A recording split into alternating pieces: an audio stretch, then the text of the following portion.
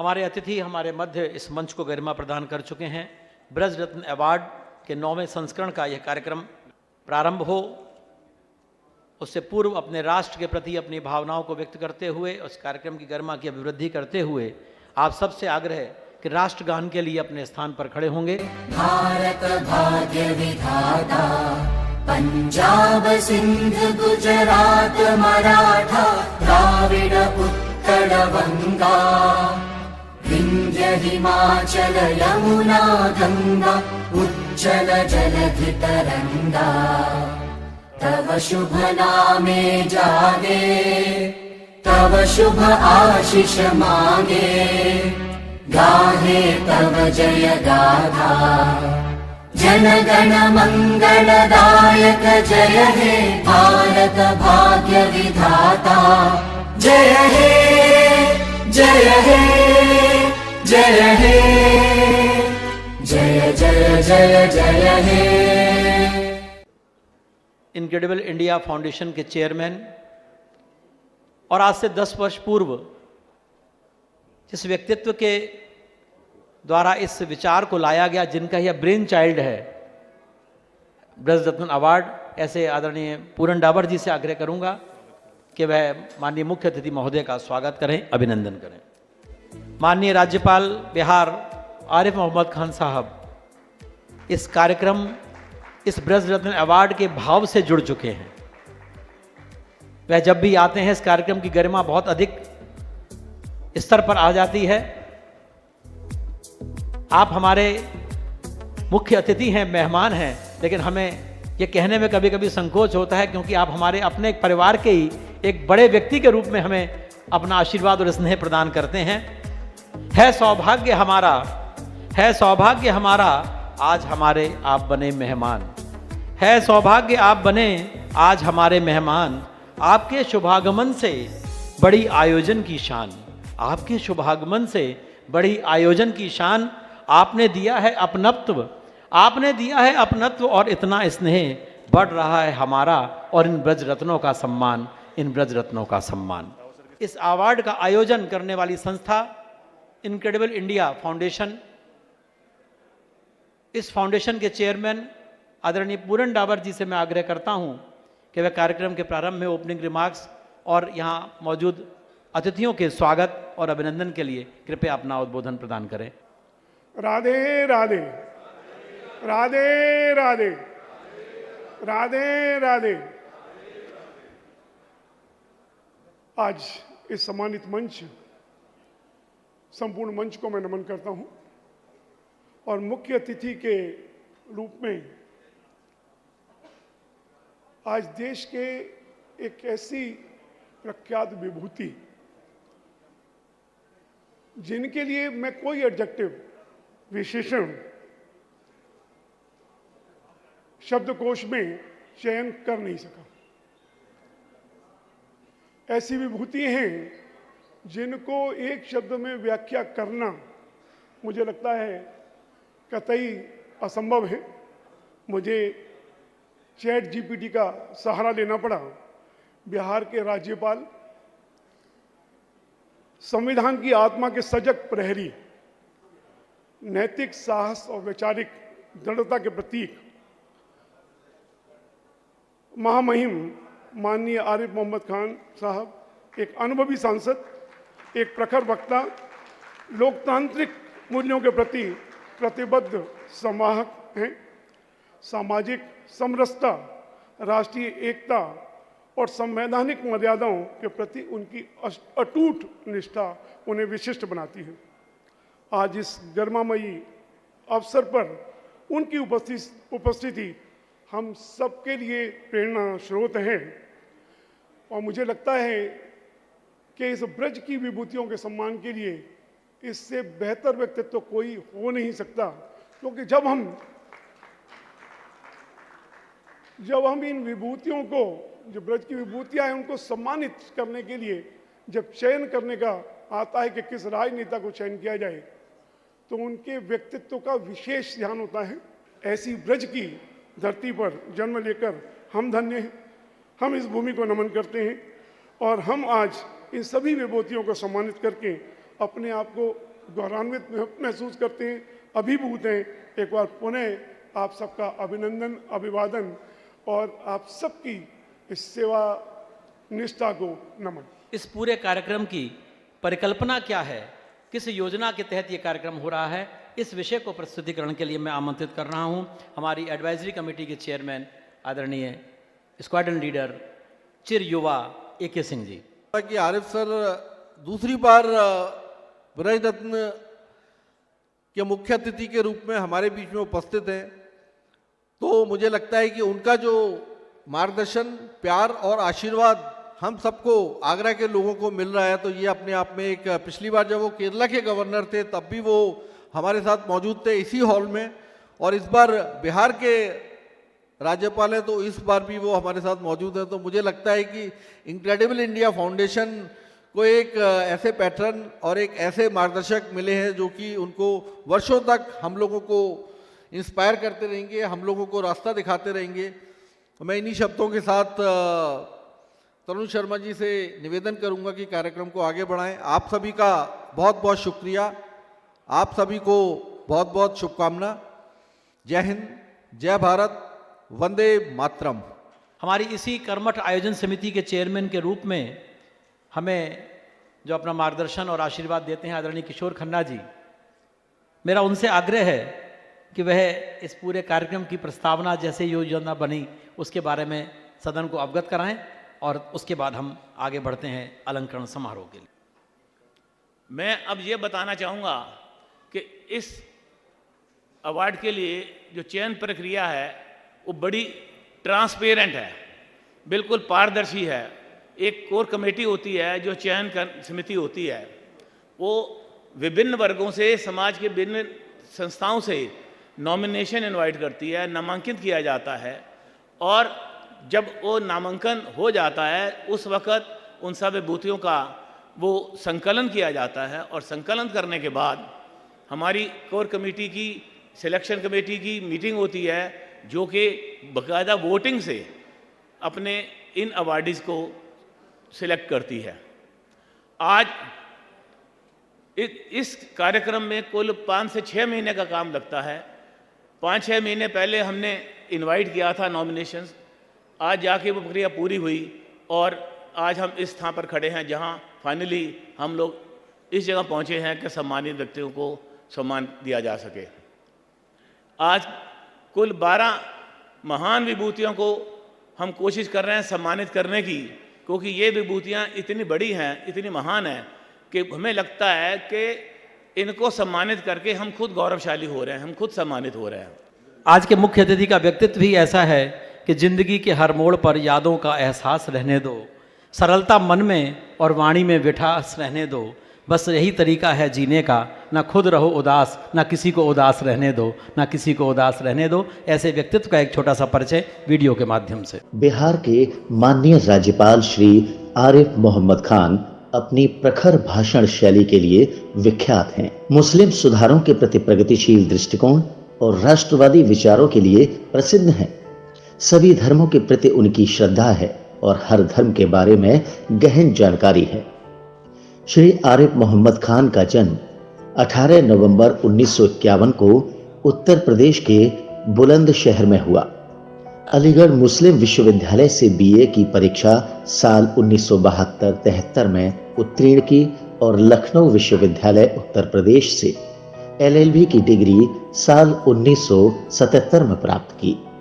श्री आरिफ मोहम्मद खान ने अपना राजनीतिक जीवन एक छात्र नेता के रूप में शुरू किया और 1973-74 के दौरान उन्होंने अध्यक्ष के रूप में अलीगढ़ मुस्लिम विश्वविद्यालय छात्र संघ का नेतृत्व किया।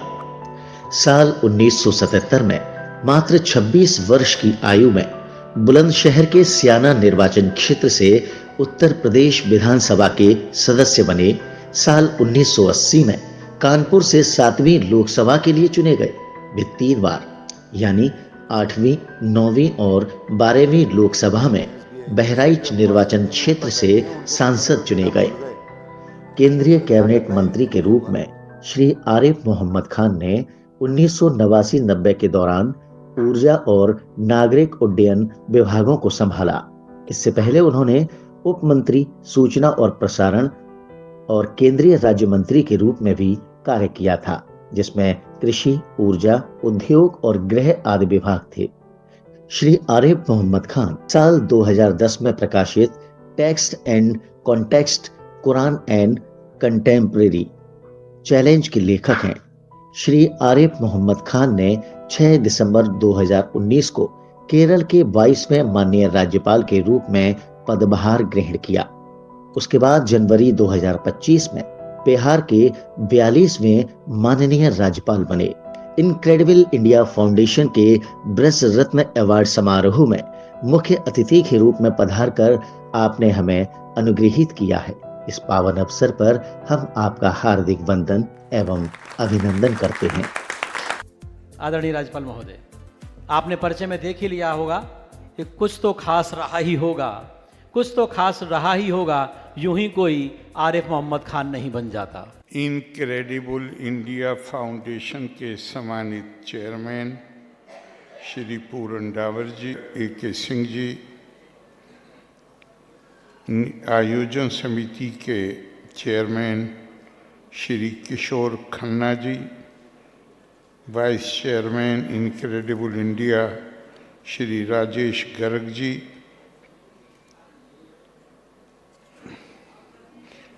ADG police Shri Navneet Sikera ji, doctor Sushil Gupta, vice chairman Brij Ratna award,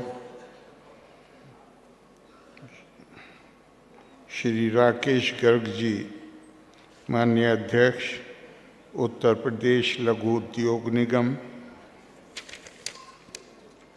Shri Sanjay Kumar Singh ji, DGM SBI, यहाँ हमारे विभूतियाँ जिनको आज सम्मानित किया गया है, और इस हॉल में उपस्थित देवी और सज्जनों, सबसे पहले तो मैं आपको धन्यवाद देना चाहता हूँ आपके आमंत्रण के लिए, और आपने जो इतनी अच्छी अच्छी बातें मेरे बारे में कही हैं जिससे मैं खुद भी परिचित नहीं हूँ, और कहना गलत नहीं होगा कि इनक्रेडिबल इंडिया फाउंडेशन के अध्यक्ष पूरन डावर जी की पत्नी मेरी बहन है। इसलिए बहुत उन बातों पर विश्वास मत कीजिएगा जो मेरे बारे में कही हैं आप।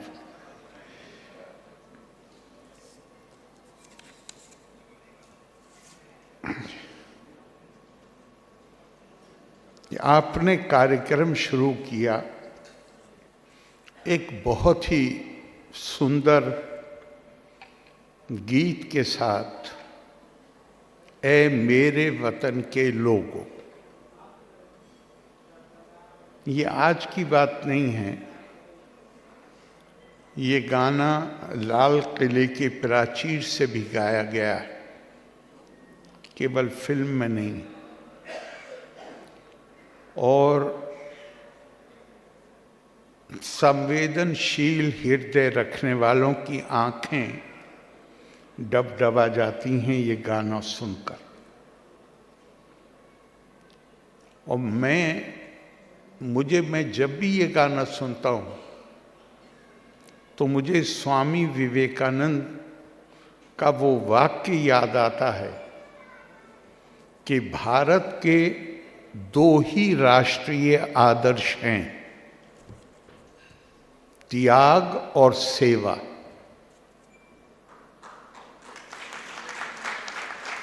India has only two national ideals, renunciation and service.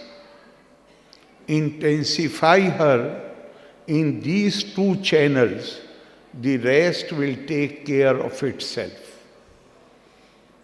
त्याग और सेवा को की जो भावना है उसको घनीभूत कर दीजिए, बाकी सब खुद ब खुद ठीक हो जाएगा।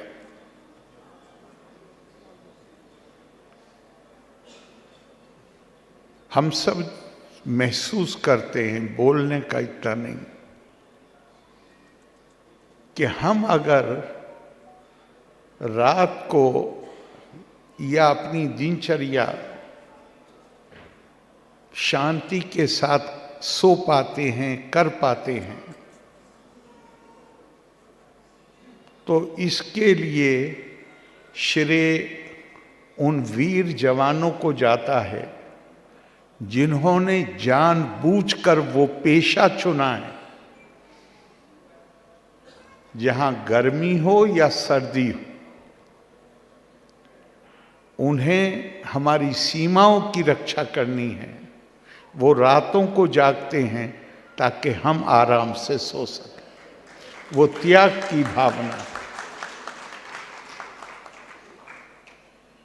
ब्रिज भूमि, मैं हमारे एडीजी पुलिस श्री नवनीत सिकेरा से पूरी तरह सहमत हूँ, बल्कि एक कदम आगे बढ़ के मानता हूँ। वो तो स्पंदन कह रहे थे, मैं मानता हूँ कि भारतीय संस्कृति का हृदय निश्चित तौर पे यही स्थान, यहीं पैदा होने वाले ने भारत को कालजयी श्रीमद् भगवद गीता दी है। क्या हम भारतीय संस्कृति की, भारत के आदर्शों की, भारत के मूल्यों की कल्पना कर सकते हैं बिना श्रीमद् भगवद गीता के? संभव नहीं। और कैसा, मैं गौर करता हूं कि कैसा प्रभाव है। यहां भगवान कृष्ण पैदा हुए, उत्तर भारत समझ में आई बात, पश्चिमी भारत में बाद में जाकर रहे, द्वारका में। लेकिन अगर आप केरला आएं, जाएं, तमिलनाडु जाएं, कर्नाटक या आंध्र प्रदेश या तेलंगाना जाएं, वहाँ तो उनके जाने का कोई इतिहास नहीं। लेकिन वहाँ पर जो उनके प्रति श्रद्धा है, वो किसी तरह भी यहाँ से कम नहीं, किसी भी तरह। तो ध्यान,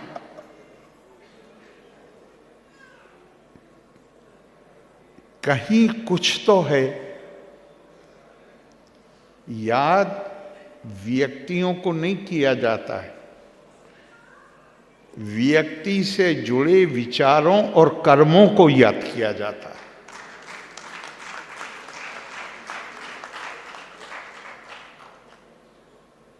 मैं जितना थोड़ा बहुत गीता का अध्ययन करता हूं, जितनी बार उतनी बार मेरा मन ये बात मानने से इनकार कर देता है कि ये संदेश युद्ध भूमि में दिया गया है। वास्तविकता है, क्योंकि हम तो युद्ध को दो सेनाओं का टकराव मानते हैं। ये हमारी साधारण समझ। लेकिन युद्ध तो, असल युद्ध तो जीवन का है।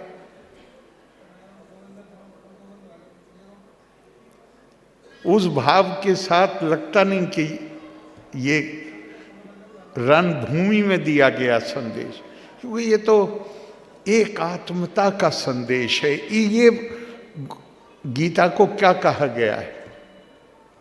कहा गया है कि ये सारे उपनिषद, सारी भारत की किताबें जो आध्यात्मिक हैं, वेद हैं, ये उनका सार है।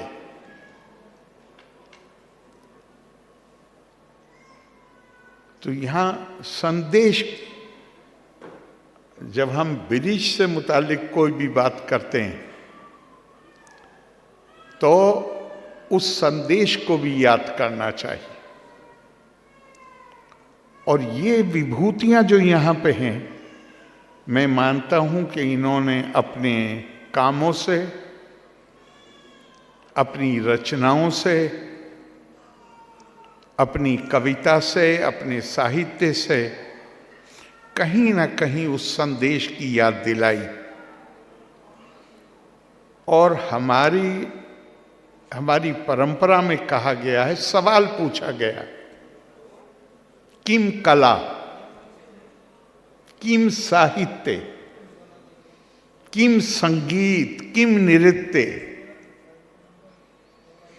भारतीय परंपरा में ये चीजें केवल मनोरंजन का साधन नहीं है। क्या है साहित्य, कला क्या है, संगीत क्या, नृत्य क्या? तो उसका उत्तर दिया गया है, कम परमात्मानी लाती गिरहणाति इति कला, इति साहित्य, इति नृत्य, इति संगीत। जो चीज हमें परमात्मा के नजदीक लेकर आए,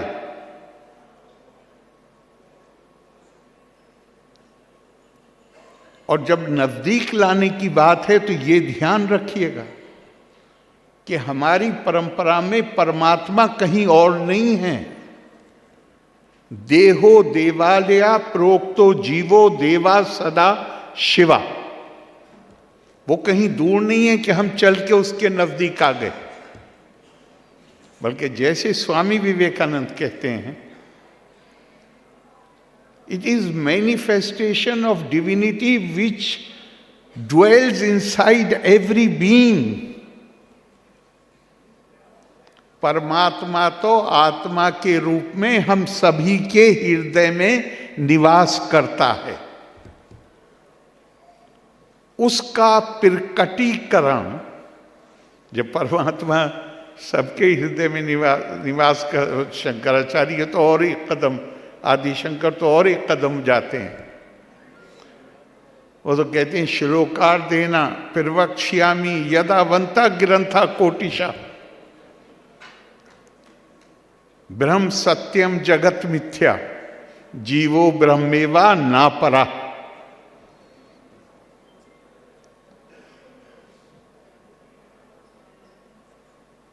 दुनिया में संस्कृतियां परिभाषित हुई हैं उस आधार पे जो इंसानों को समूहों में बांटती हैं। वंशमूल, रेस, मेरा गोरा रंग है, मैं आपसे अलग हूं और मैं श्रेष्ठ हूं, मैं ये भाषा बोलता हूं, जो ये भाषा नहीं बोलते उनसे मैं श्रेष्ठ हूं। परमात्मा तो एक ही है, उसके प्रति श्रद्धा व्यक्त को अभिव्यक्ति देने के तरीके अलग अलग। एकम सद विप्रा बहुधा वदंत। तो दुनिया में संस्कृति को इस तरह भी परिभाषित किया गया, मेरा तरीका ये है, यही केवल सही तरीका है, और जो इससे भटके हुए हैं वो गलत रास्ते पे। तो इसमें जब दीवारें खड़ी की जाएंगी तो तनाव पैदा होगा। वो दुनिया ने उस तनाव को आदिकाल से झेला। पहली बार 1948 में यूनाइटेड नेशंस ने ह्यूमन राइट्स का चार्टर एडॉप्ट करके, और उन्होंने कहा कि नहीं, मानव के नाते, इंसान के नाते प्रतिष्ठा, इज्जत का अधिकारी, कानून के रूप में स्वीकार कर लिया। आदतें नहीं बदली, अभी भी दुनिया में खून खराबा जारी। भारत ने हजारों साल पहले मानव की प्रतिष्ठा नहीं, मानव की दिव्यता का संदेश हजारों साल पहले दिया। और उसमें मुख्य है अहम ब्रह्मास्मि भी है, मैं हूं ब्रह्म। मुख्य है तत्वमसि, मैं तुम्हारे अंदर परमात्मा को देखता हूं। और ये तुम कौन है? मैं जब कहूं मैं आपके अंदर, आप कौन है? ये आत्मा पूरी मानव जाति का साझी विरासत है। ये नहीं कहा, जब शंकराचार्य ने केरला से निकल के 4 मठ स्थापित किए और एक एक महावाक्य दिया, तो उन्होंने इन महावाक्यों में ये नहीं कहा गया कि भारतीयों के अंदर परमात्मा आत्मा के रूप में, कहा ये मानव जाति का साझी विरासत है। और केवल इतना नहीं, जानवर के अंदर भी उस आत्मा को देखा, पेड़ पौधे के अंदर भी उस आत्मा को देखा। अब ये चीज क्या, ये महावाक्य क्या इंगित करते हैं? मानव की दिव्यता। मैं अगर आपको के अंदर दिव्यता देखता हूं, क्या मेरे लिए ये संभव होगा कि मैं आपके पैर पे पैर रख दूं? या तो मैं आपको दिव्यता नहीं देखता आपके अंदर। अगर दिव्यता देखता हूं और मैं आपके शरीर को मंदिर मानता हूं भगवान का, तो मैं कैसे पैर रख सकता हूं आपके पैर पे? इसीलिए स्वामी विवेकानंद बार बार कहते थे, भारत के पास दुनिया को देने के लिए एक संदेश है। हम बदकिस्मती से उस संदेश को नहीं दे पाए। अपने आप से सवाल करना चाहिए, क्यों नहीं दे पाए? हमारी तो केवल गीता तो सार है, पर हमारे सारे ग्रंथ इसी से भरे हुए हैं। एषा देवो विश्वकर्मा महात्मा सदा जनानाम हृदय सन्निविष्ट। हृदय मनीषा मनसा अभिक्लिरप्तो या एतत् विदु ते अमृता भवंत। परमात्मा हर किसी के दिल में रहता है। जो अपनी अकल से, अपनी समझ से, अपने दिल से इस बात को समझ गए, ते अमृता भवंती, वही तो भारतीय दर्शन के अनुसार मानव जीवन का लक्ष्य क्या है? लिबरेशन फ्रॉम ह्यूमन कंडीशन, जिसको संस्कृत में कहा मोक्ष। यही तो जीवन का उद्देश्य। वो कह रहे हैं सिर्फ इतना जान लेने पर कि वो परमात्मा सबके दिल आत्मा के रूप में सब में निवास करता है, ये जान लेना ही मुक्ति है।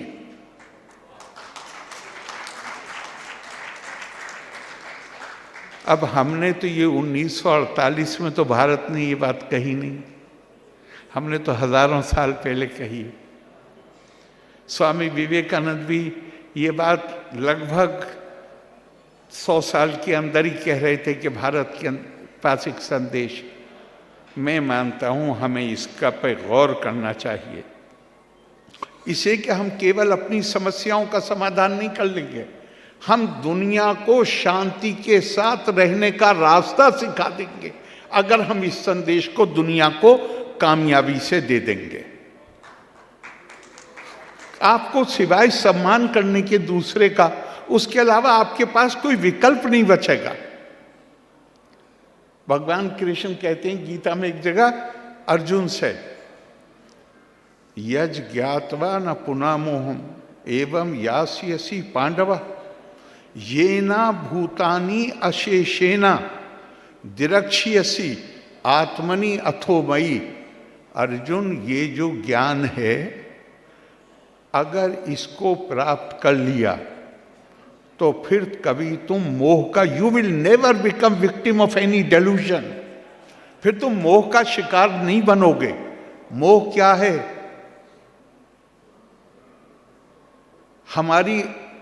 हमारी जो अंदर की जो मानस की जो बीमारियां,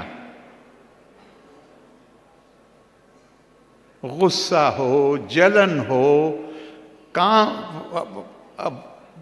जो ऐसी इच्छाएं हों, कामनाएं हों जो अनुचित हैं, तो कहा तुम इसका कभी शिकार नहीं बनोगे। ये ज्ञान प्राप्त होने के बाद ये ना भूतानी हर किसी के अंदर अशेष ये ना, विदाउट एक्सेप्शन, क्या कहेंगे सर विदाउट एक्सेप्शन को? विदाउट अपवाद के बिना, कोई अपवाद नहीं, तुम्हारा सगा भाई हो कि तुम्हारा दुश्मन हो, बिना किसी अपवाद के तुम हर किसी को अपना विस्तार करके देखोगे कि ये मेरा विस्तार है, और उसके बाद ये रियलाइज करोगे, ये सोचोगे कि ये जिस तरह मेरे हृदय में परमात्मा रहते हैं इसके हृदय में भी रहते हैं। इससे ज्यादा सशक्त संदेश और क्या होगा। और मजेदार बात यह है कि इतने पे नहीं रुकते, एकात्मता पे नहीं रुकते। उपनिषद हमें वार्निंग भी देता है क्या ये जितने लोग यहां बैठे हैं इसमें एक परिवार के भी हो सकते हैं, सगे दो बहनें भाई हो सकते हैं। प्रकृति का नियम ऐसा है कि सगे भाई और बहनों की रुचियां भी अलग होती हैं, टेस्ट भी अलग होते हैं, अलग रंग के कपड़े पसंद होते हैं, अलग खाने पसंद होते हैं। तो हमसे कहा गया इसका सम्मान करो, इसको स्वीकार करो, ये नैसर्गिक कानून है विविधता। लेकिन यहां रुको मत, सामने से आभासी विभिन्न, ये जो विभिन्नता है इसका सम्मान स्वीकार, लेकिन जान लो ये आभासी है, इन आंखों से नजर आती है।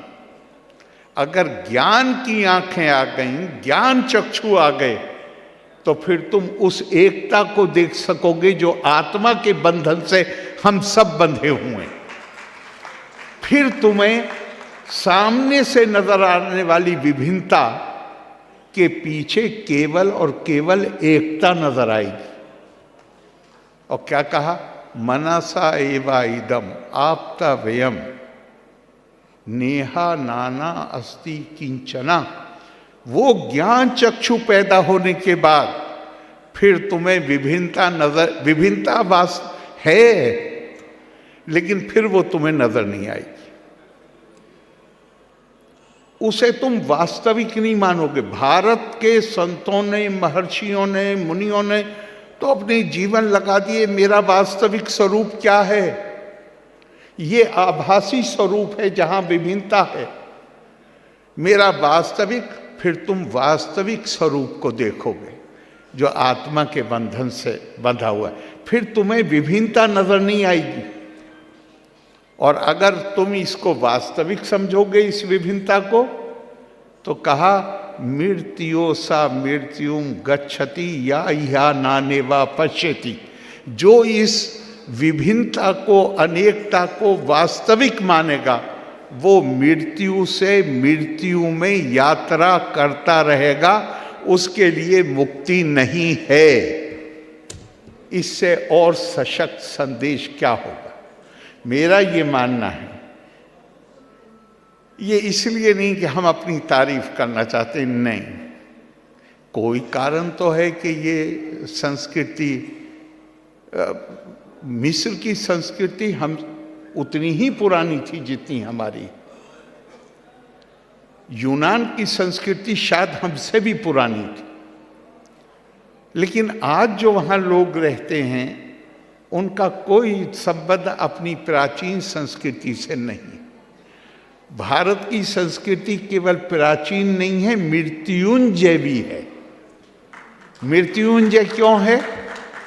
इसलिए है कि इसने समूह, हमारी व्यवहारिक स्तर पे हमसे बहुत गलतियां हुई, स्वीकार करना चाहिए, लेकिन सिद्धांत के रूप में, मूल्य के रूप में, आदर्श के रूप में ये इंसानों को विभाजित नहीं करती है ये संस्कृति। मुझे मौलाना रूम का एक शेर याद आ गया तू बराए फसल करदन आमदी ने बराए वस, तू बराए वसल करदन आमदी ने बराए फसल करदन। तुम्हें दुनिया में भेजा गया है लोगों को जोड़ने के लिए, उनको काटने के लिए नहीं भेजा गया कि तुम एक को दूसरे से अलग करो। हमारी संस्कृति में ये व्यक्ति की बात नहीं है, ये संस्कृति है ही सामंजस्य की संस्कृति, एकात्मता की संस्कृति। ये हमारा भी उद्धार कर सकती है और ये पूरे दुनिया को भी एक नया रास्ता दिखा सकती है। लेकिन उद्धार तभी हो सकता है, एक विचार का स्तर होता है। विचार जब आचार में आता है तो वो अपने आप प्रचार का माध्यम बन जाता है। मैं काम नहीं कर सकता हूँ यहाँ खड़े होकर। नहीं, एक बात मैं आप लोगों के लिए और कहता हूँ, जिन विभूतियों का आज सम्मानित किया गया है, ये केवल आपका सम्मान नहीं है, आपने बहुत शानदार काम किया, लेकिन इसका मकसद इतना नहीं है कि आपको सम्मान या कहीं भी सम्मानित करते हैं। उत्सवेन बिना यस्मात् स्थापनम निष्फल भवे। जब तक आपकी जो उत्कृष्टता है, आपने जो असाधारण, जो आपकी उपलब्धियां हैं, अगर हम उसका उत्सव नहीं मनाएंगे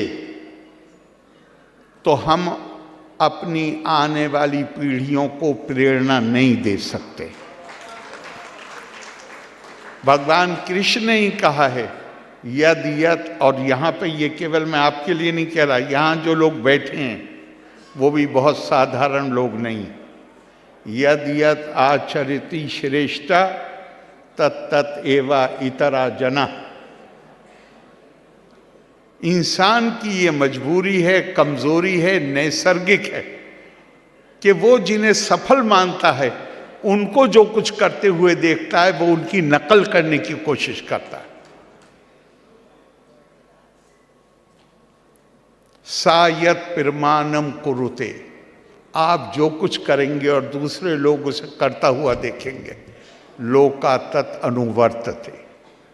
आम लोग आपके कदमों पे के जो निशान हैं उन पर चलने की कोशिश करेंगे। इसलिए वही नहीं जिनको सम्मान दिया गया, बल्कि मैं तमाम उन लोगों को कहता हूँ जो सफल, जिनको समाज इस निगाह से देखता है कि ये सफल लोग हैं, उनके ऊपर ये जिम्मेदारी आती है कि वो अपने जीवन से के आदर्श प्रस्तुत करें और अपनी आने वाली पीढ़ी के तई जो हमारी जिम्मेदारी है कि उनको प्रेरणा दें कि वो भी, और वो रास्ता एक ही है, कोई दूसरा नहीं। जो मैंने शुरू में कहा, अपने आप को त्याग के लिए तैयार करना, और जिसको जो त्याग के लिए तैयार हो गया, जिसके अंदर ज्ञान का उदय हो गया, वो फिर अपने जीवन को दूसरों की सेवा में समर्पित कर देता है। आपने मेरी बात इतनी देर सुनी, बहुत बहुत धन्यवाद। लोका समस्ता सुखिनो भवन्तु। जय हिंद। बहुत सुंदर, बहुत ही विचारवान।